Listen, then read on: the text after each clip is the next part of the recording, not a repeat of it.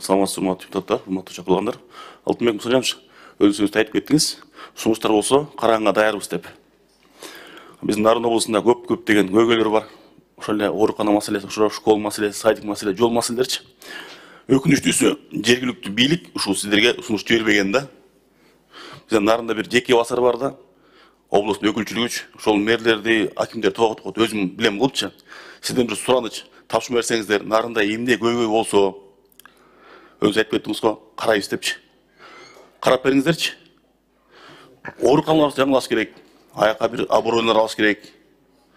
Бала бакчаларыбызды жаңылаш керек, куруш керек, мектептерибизди, ошондой эле техника маселеси керек, жарыктандыруу маселеси, суу тарткан маселеси.